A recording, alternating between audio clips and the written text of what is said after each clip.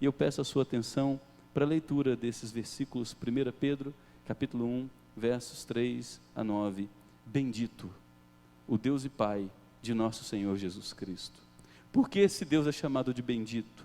Porque segundo a sua muita misericórdia, nos regenerou para uma viva esperança. Esperança esta, mediante a ressurreição de Jesus Cristo dentre os mortos, para uma herança incorruptível, sem mácula, imarcessível, reservada nos céus para vós outros, que sois guardados pelo poder de Deus mediante a fé, para a salvação preparada para revelar-se no último tempo. Nisso exultais. Note o que Pedro diz.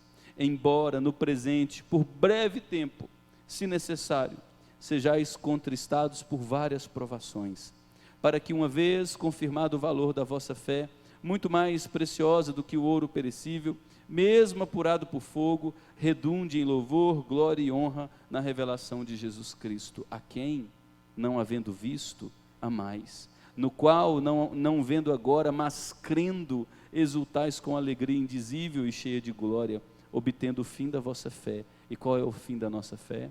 A salvação da nossa alma. Esta é a palavra do Senhor. Qual é o propósito de Pedro nesses versos? É um propósito duplo. Primeiro, confortar os crentes que enfrentavam naquele primeiro século e enfrentam hoje diversas dificuldades em suas vidas. Relembrando esses crentes que eles são objetos do grande amor de Deus. Na eternidade, Deus desejou-os para si, decretou que os amaria e os levaria até o fim em segurança. Pedro escreve esses versos também para preparar os corações dos crentes, a fim de que eles se fortaleçam e passem pelas lutas com os pés no chão e os olhos na eternidade. Vocês estão nessa vida, vivendo as angústias, as fatalidades, as dificuldades, as enfermidades, o envelhecimento, a morte. Mas lembrem quem vocês são, cidadãos da eternidade. Esse é o propósito de Pedro ao escrever esses versos. E ele traz para nós os seus argumentos do verso 3 ao verso 9. E o primeiro argumento de Pedro é fantástico, porque ele começa glorificando o nome de Deus. Note o que ele diz no verso 3: bendito o Deus e Pai de nosso Senhor Jesus Cristo. A expressão bendito significa louvor.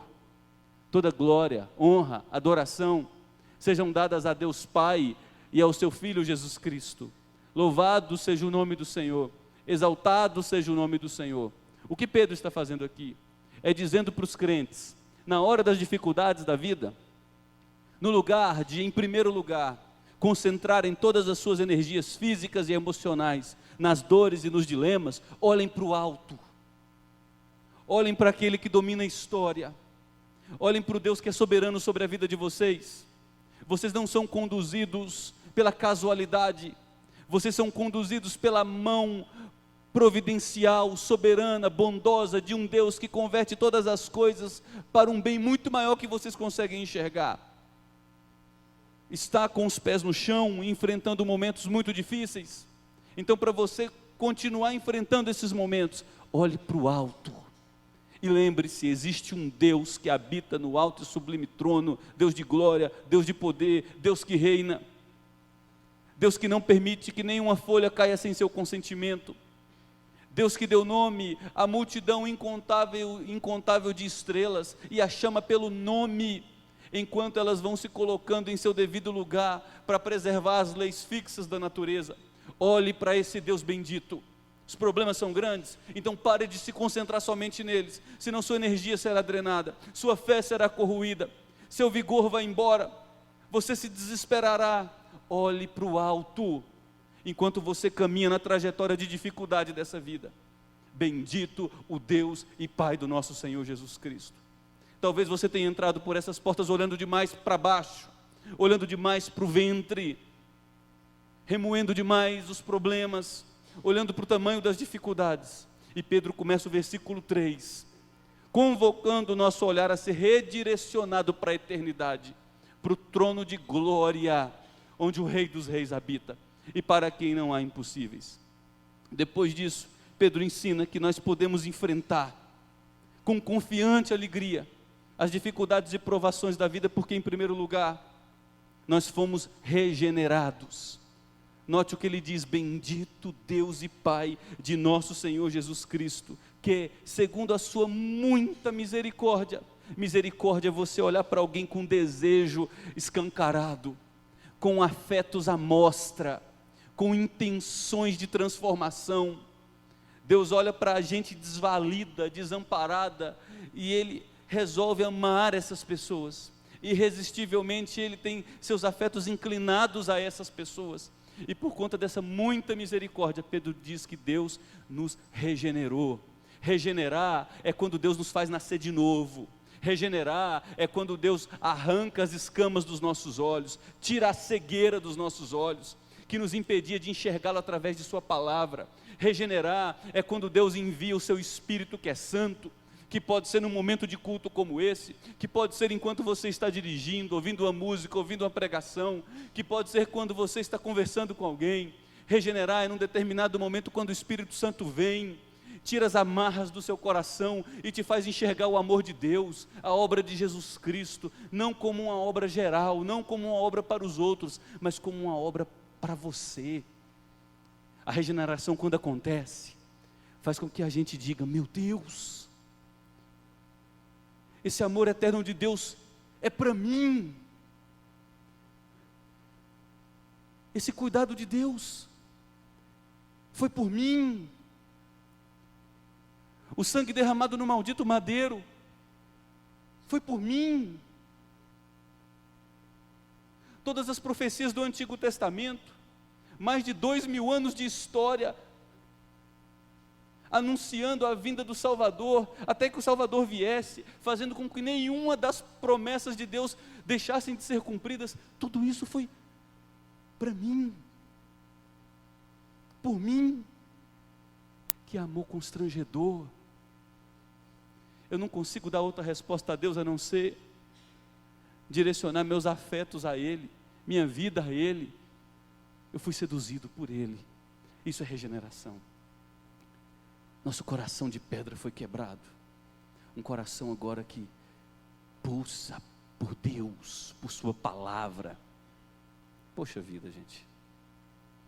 A gente vir domingo aqui é muito fácil. Muito fácil. Para alguns é cumprir um ritual religioso. É a tradição da nossa cultura brasileira.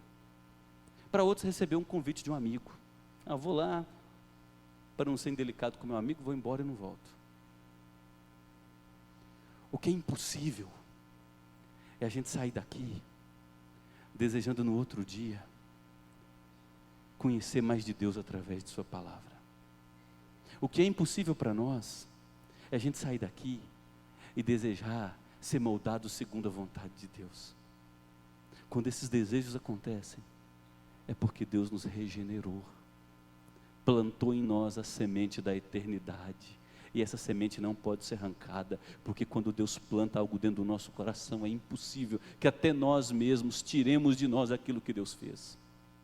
Então a gente pode enfrentar as lutas da vida, porque o próprio Deus, através de seu Espírito Santo, nos amou de tal maneira que não permitiu que continuássemos em nossa cegueira. Antes, através da obra fiel de seu Filho, enviou o seu Espírito para nos transformar, e esse Espírito que é santo, se comunica com o nosso espírito humano dizendo: você é amado. As provações estão debaixo do controle de Deus, as dificuldades contribuem para um fim maior. Louvado seja o nome do Senhor. É por isso que o Senhor Jesus vai até o fim, em sua obra extremamente dolorosa, porque Ele sabia que Deus estava com Ele. Em segundo lugar, nós enfrentamos as provações com confiante alegria, porque possuímos uma, e é importante a gente se lembrar disso, e assimilar isso, nós possuímos uma viva esperança. Olha o que Pedro segue dizendo no versículo 3. Deus nos regenerou Ele mudou o nosso interior, Ele nos inseriu na eternidade, para que a gente passe a ter agora uma esperança que é viva. Não é uma simples expectativa com relação ao amanhã. Nós temos uma convicção a respeito do nosso porvir, do nosso futuro. Note a que Pedro relaciona a nossa esperança, mediante a ressurreição de Jesus dentre os mortos. Pedro diz: porque o Pai ressuscitou Jesus dentre os mortos, vocês agora têm também a garantia de ressurreição dentre os mortos. Vocês enfrentarão as lutas dessa vida, as provações dessa vida, porque vocês sabem que foram feitos para uma pátria superior. Ele começa o versículo 1 dizendo que somos peregrinos e forasteiros nessa vida. Temos uma esperança palpável, concreta, viva. É a ressurreição dentre os mortos. O próprio Paulo, quando escreve a primeira carta aos Coríntios, diz que Jesus é o primeiro fruto de uma grande colheita. Ele é o primeiro fruto que ressuscita dentre os mortos. Agora, todos aqueles que estão nele têm a mesma garantia de que, por conta da obra fiel de Jesus, também vencerão a morte. Que viva esperança extraordinária. Em terceiro lugar, nós enfrentamos as provações com confiante alegria, porque nossa viva esperança é excelente. Veja como Pedro qualifica a nossa convicção de eternidade, nossa viva esperança no verso 4. Essa esperança é uma herança incorruptível, uma herança sem mácula e uma herança imarcessível. Difícil de entender, né? Olha o que a Nova Almeida traduziu. Para uma herança que não pode ser destruída, que não pode ser manchada e que nunca murchará.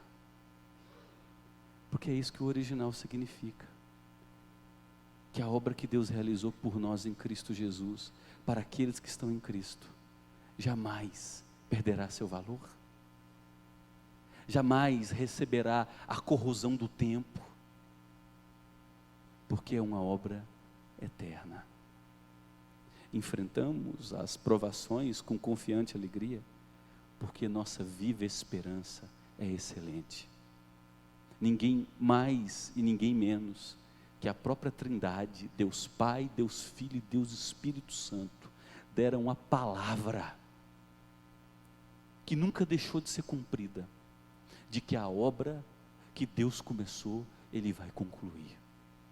E Deus não é homem para mentir. Portanto, eu e você fomos feitos cidadãos da eternidade. Eu e você temos a garantia da habitação do Espírito Santo, que nos sustentará em toda a jornada, nos levando fielmente até o fim. Ainda que a gente balance na caminhada, Deus jamais perderá o controle de nossas vidas. Nossa salvação não se manchará, não se corromperá, não será destruída, porque nossa salvação não se baseia em nós, mas no amor eterno de Deus por nós. Por isso nós enfrentamos o que tiver que enfrentar nessa vida, com confiante alegria, porque Deus é por nós. E se Deus é por nós, quem será contra nós? E por fim, enfrentamos as provações com confiante alegria, porque Deus utiliza essas provações e dificuldades para um bem muito maior. Note o que Pedro nos diz nos versos 6 em diante: nisso exultais, embora no presente. Pedro compreende que por sermos discípulos de Jesus enfrentaremos lutas, mas ele compreende que as lutas são passageiras, por breve tempo, e ele compreende que as lutas têm efeito pedagógico. Se necessário, sejais contristados por várias provações. Pedro me convoca e convoca você: nisso exultais. Por que que nós devemos exultar diante das provações? Pedro explica no versículo 7, para que, uma vez confirmado o valor da vossa fé, muito mais preciosa do que o ouro perecível, mesmo apurado por fogo, redunde em louvor, glória e honra na revelação de Jesus Cristo. Esse mesmo Jesus, a quem não havendo visto a mais, no qual não vendo agora, mas crendo, exultais com alegria indizível e cheia de glória, obtendo o fim da vossa fé, que é a salvação da vossa alma. O que Pedro termina dizendo a essa igreja é que nós enfrentamos as provações com confiante alegria, porque sabemos que elas não são fatalidade em nossa jornada. Deus as usa para um fim glorioso. Deus tem propósitos maiores que nossas vidas, que é um exemplo claro. Relembre-se da trajetória de José, que começa em Gênesis capítulo 38, quando é vendido pelos irmãos. Lembre-se quando ele precisa ir para uma região hostil, uma língua diferente, uma religião pagã. Lembre-se de como José foi fiel ao seu senhor Potifar, e mesmo sendo fiel, ainda precisou amargar mais de 13 anos de cadeia por falar a verdade e ter se recusado a deitar-se com a esposa daquele homem. Lembre-se como Deus providencialmente leva funcionários de Faraó até aquela cela onde José estava encarcerado, faz com que aqueles homens tenham sonhos e dá a José condições de interpretar, a fim de que anos depois José fosse posto à presença do Faraó, em quem Deus havia colocado sonhos complexos, onde só José poderia interpretá-los, e da noite para o dia o homem que era um prisioneiro imundo se torna o segundo homem mais poderoso do planeta. Lembre-se como pelas mãos de José, Deus livra o mundo da fome, traz inclusive seus irmãos de Israel, os seus irmãos se ajoelham diante de José. No final da vida, os irmãos de José, depois que seu pai morre, temendo retaliação, temendo vingança vinda de José, dizem: nós vamos ser seus servos, a gente está se humilhando diante de você, José, tenha misericórdia, não se vingue. Ao que José olha para os seus irmãos e lhes dá 3 respostas. Em primeiro lugar, eu não sou Deus para me vingar, só Deus é meu vingador, só Deus te vinga, Ele vê a causa. Segundo lugar, vocês fizeram mal contra mim.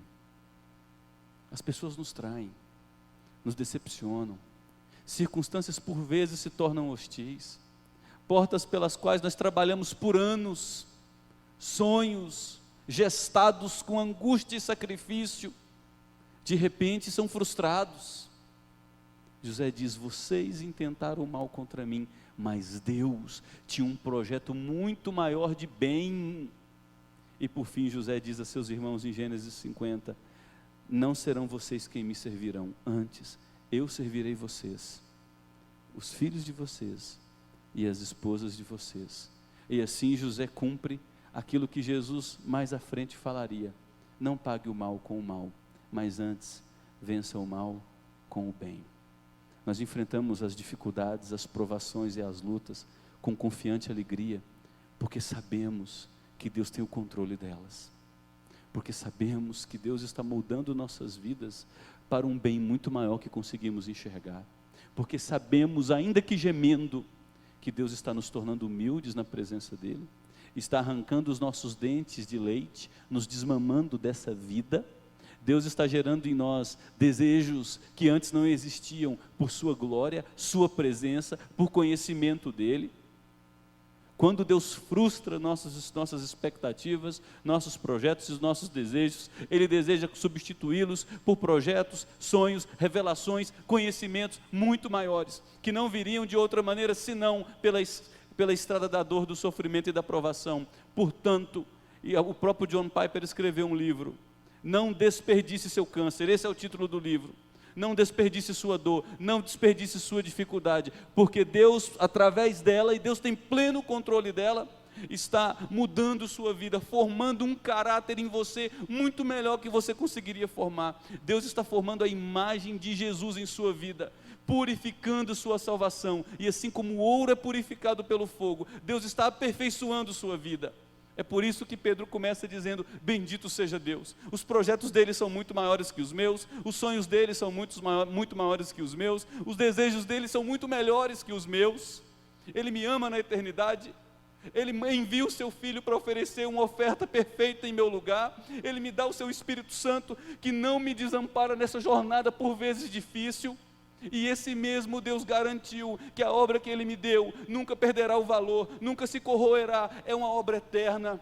E esse mesmo Deus garantiu que todas as coisas cooperarão para um bem muito maior, a salvação da minha vida, o aperfeiçoamento do meu caráter. E nada pode ser melhor para nós, ainda que tenhamos que passar pela estrada da dor, e eventualmente passaremos, que sermos tornados parecidos com Jesus.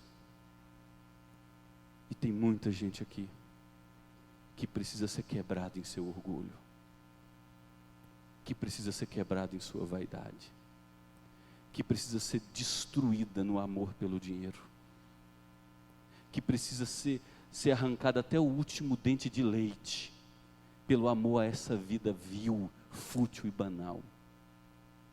Tem muita gente que precisa ser moída para aprender a perdoar, para entregar sua causa nas mãos de Deus, para depender de Deus em toda circunstância, para se tornar humilde, aprender a pedir perdão quando erra, parar de justificar. Tem muita gente precisando ser tratada como filho amado de Deus. E o autor aos Hebreus diz que Deus só trata de filho que ama. Bastardo não é tratado, não. Então, se você está sendo tratado e tratada por Deus, louve, porque Deus só trata de filho a quem ama. A disciplina, diz nos Hebreus capítulo 12, no momento em que está acontecendo, parece que não tem benefício nenhum, mas depois, quando você olha, ela produziu um fruto glorioso em nossas vidas. Louvado seja o nome do Senhor. Que mensagem dura, pastor. Mas é a Bíblia. Deus tem projetos. Eu não posso vir aqui e falar, você é o cuti-cuti de Deus, Ele vai te mimar até o fim, nunca vai enfrentar dificuldade nessa sua vidinha. Pode continuar tratando Deus como seu Papai Noelzinho, barbudinho, que nunca vai dizer não. Pode continuar tratando Deus como aquele que nunca vai te disciplinar. Pode continuar brincando de viver. Mas é mentira eu falar isso, porque a palavra diz que Deus disciplina quem ama, prova seu povo, para gerar algo muito melhor nesse povo, mas enquanto prova esse povo, jamais os desampara, lhes deu uma herança eterna. Então, como é que a gente pode terminar isso? Quando estiver desmoronando, quando você estiver desmoronando pelas dificuldades dessa vida, olhe para o alto. Bendito Deus, olhe para o alto. Porque se você ficar só aqui, circunspecto, aquela postura de olhar visceral, meu Deus, rapidamente o desespero vai corroer tuas energias. Olhe para o alto. Olhe para o trono, onde o rei está sentado governando em glória, recebe nossas intercessões pelas orações eficazes do Espírito Santo que em nós habita, que geme por nós com gemidos inexprimíveis. Olhe para o alto e diga, está doendo, eu não entendo, eu não vou resistir, está demorando passar, mas eu preciso de Ti, de mais uma porção para o hoje, de mais um olhar Teu para o hoje, de mais uma presença Tua para o hoje. Me dá mais da Tua graça para me sustentar, senão eu não aguento, eu preciso da Tua graça. Olhe para o alto. E se você não lembra de períodos de provação, onde seu orgulho foi posto em xeque, onde sua vaidade foi questionada, preocupe-se. Porque se você não é tratado, talvez você ainda seja um bastardo. E se humilhe, Deus me acolha como filho. Trate da minha vida. As orações mais difíceis que eu já fiz, foi ajoelhado e dizer, meu Deus, ajoelhado e dizer, Deus, cria a imagem de Jesus em mim. Eu já orava, querendo não orar, porque eu sabia que Deus ia me tratar. Ou oração complicada de fazer, transforma a minha vida. Olhe para o alto. Está olhando demais para você. Você se acha vítima demais dos outros. Você justifica demais as suas atitudes de orgulho, de insensibilidade, de frieza, de endurecimento, de apatia nos outros. Olha para o alto. E desenvolva a esperança de um cidadão escatológico. O que é isso, pastor? Cidadão escatológico? Escatos fala do fim. Nós somos cidadãos feitos por Deus, como gente que já herdou a eternidade. Paulo diz em Efésios que nós já vivemos e reinamos com Cristo nas regiões celestiais. Então pare de pensar somente em perspectivas do hoje, dessa dimensão de 4 paredes, espaço-tempo, e comece a entender quem você é, um cidadão da eternidade, que herdará novos céus e nova terra, com uma natureza completamente diferente de todas as categorias de pensamento que nós temos hoje. Pare de amar demais aquilo que você não pode mais estar amando. Pare de desejar demais aquilo que você não pode mais estar desejando, que só vai te fazer mal, só te fizeram mal até aqui. E pense em termos de eternidade, porque você foi tornado por Deus Pai, Deus Filho e Deus Espírito Santo, um herdeiro da eternidade, que não mancha, que não envelhece e que nunca perderá o valor, imarcessível. E por fim, lembre-se, nas horas difíceis da vida, nos momentos quando pelo Senhor estiver sendo provado, ainda que Deus tenha que usar como seu cão de guarda, o próprio adversário de nossas almas, que é o diabo. Talvez alguns se assustem, mas o diabo só vai onde Deus envia. Ele é menino de recado.